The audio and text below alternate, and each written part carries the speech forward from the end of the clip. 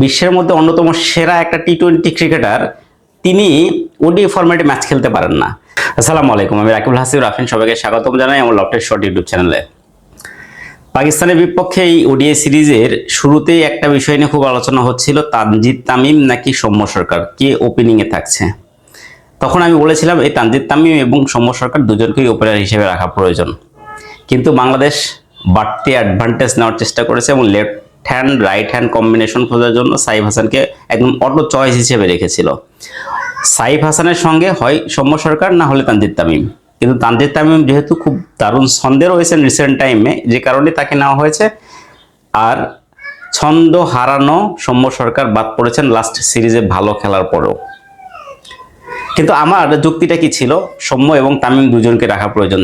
Left hand দুই batsman অনেক দেশেই কিন্তু ওপেনার হিসেবে রয়েছে, কিন্তু মূল সমস্যা হচ্ছে সৌম্য সরকার এবং সাইফ হাসানের মধ্যে সাইফ হাসানকে নিয়ে আমার।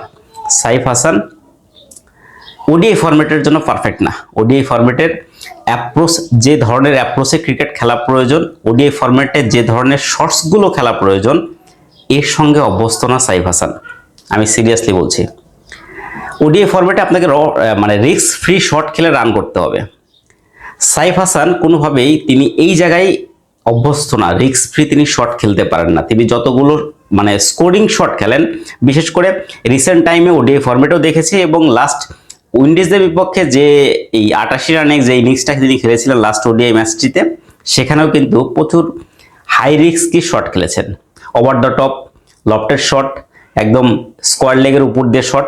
এটা আসলেই টি-20 ফরম্যাটের জন্য যথেষ্ট প্রযোজ্য, কিন্তু ওডিআই ফরম্যাটের জন্য এত তো রিস্কি শট কখনোই ভালো হিসেবে বা এই ধরনের শট খেলে খুব একটা সাকসেস পাওয়া যায় না। শতকরা হয়তো বা 10টাতে 1-2টা ম্যাচে সাকসেস পেতে পারেন, বা 10 থেকে 20% ম্যাচে সাকসেস হতে পারে, কিন্তু ওডিআই ক্রিকেটে আপনাকে কনসিস্টেন্ট বেসিস ক্রিকেট খেলতে হবে, যে জায়গায় সাইফ হাসান টোটালি ব্যর্থ। সাইফ হাসান, তাকে টি-20 ফরম্যাটে কামব্যাক করানো হয়েছে এবং টি-20 ফরম্যাটে ভালো করেছিলেন। দ্বিতীয়বার যখন তাকে টি-20 ফরম্যাটে সুযোগ করে দেওয়া হয়েছে, তারপর থেকে তিনি অটো চয়েস এবং তাকে দলের ভাইস ক্যাপ্টেনও করা হয়েছে তার পারফরমেন্স বিবেচনায়। কিন্তু তিনি টি-20 ফরম্যাটে যে অ্যাপ্রোচে ক্রিকেট খেলেন, সেই অ্যাপ্রোচ যদি ওডিআই ফরম্যাটে অ্যাপ্লাই করতে যান, সেটা কিন্তু কোনোভাবেই মানানসই হবে না, এবং যার ফলশ্রুতিতে তিনি এখন পর্যন্ত এই ওডিআই ফরম্যাট সেখানে তিনি সফল বা এখানে সে অর্থে সাফল্য খুঁজে পান নাই।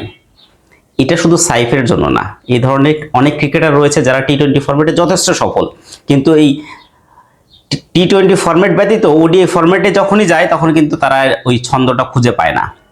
আমরা অনেক সময় উদাহরণ হিসেবে ইন্ডিয়ার ক্রিকেটের কালচারকে তুলনা করে থাকি। সেখানেও দেখবেন সূর্য কুমার যাদব, তাদের টি-20 দলের ক্যাপ্টেন, টি-20তে অসাধারণ ক্রিকেট খেলেন, কিন্তু তাকে যখন ওডিআই ফরম্যাটে সুযোগ করে দেওয়া হয়েছিল, সেখানে কিন্তু তিনি সে অর্থে নামের প্রতি সুবিচার করতে পারেন নাই। যেখানে তিনি টি-20 ফরম্যাটে 4টা 100 করেছেন, সেখানে তার পুরো লিস্টে ক্যারিয়ারে 4টা 100 নাই। লিস্টে ক্যারিয়ারে তার 100-এর সংখ্যা 3টা।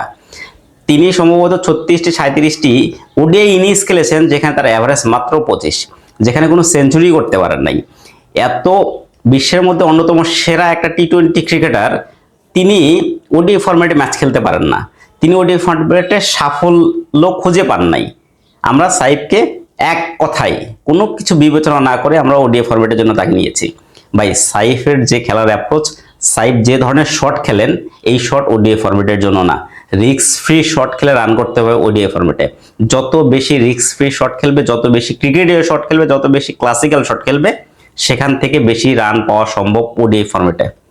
এই জন্য সাইফ ওডিআই ফরম্যাটে ব্যর্থ, এবং সাইফকে যদি কন্টিনিউ করা হয়, বাংলাদেশ এখান থেকে ধারাবাহিক পারফরমেন্স খুঁজে পাবে না। 1-2টা ইনিংস হয়তো অনেক বড় কিছু হবে, বড় কিছু করতে পারবেন, কিন্তু সেটাও কিন্তু যথেষ্ট না।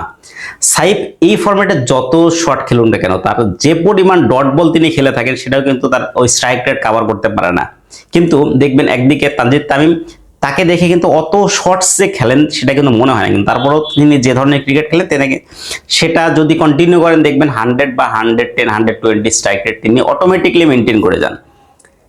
এটা হচ্ছে ক্লাসিক্যাল ক্রিকেটারের, এটাই পারফরমেন্স। ক্লাসিক্যাল যেসব ব্যাটসম্যান রয়েছে, তারা যেমন বাজে বলে শট খেলবেন, অ্যাট দ্য সেম টাইম ভালো বলগুলোতেও বিশেষ করে ভালো বলগুলোতেও তারা পুশ করে বিভিন্ন জায়গায় সিঙ্গেলস ডাবলসের মাধ্যমে রান বের করবেন। এটা হচ্ছে ক্লাসিক্যাল ক্রিকেটারের একটা বৈশিষ্ট্য।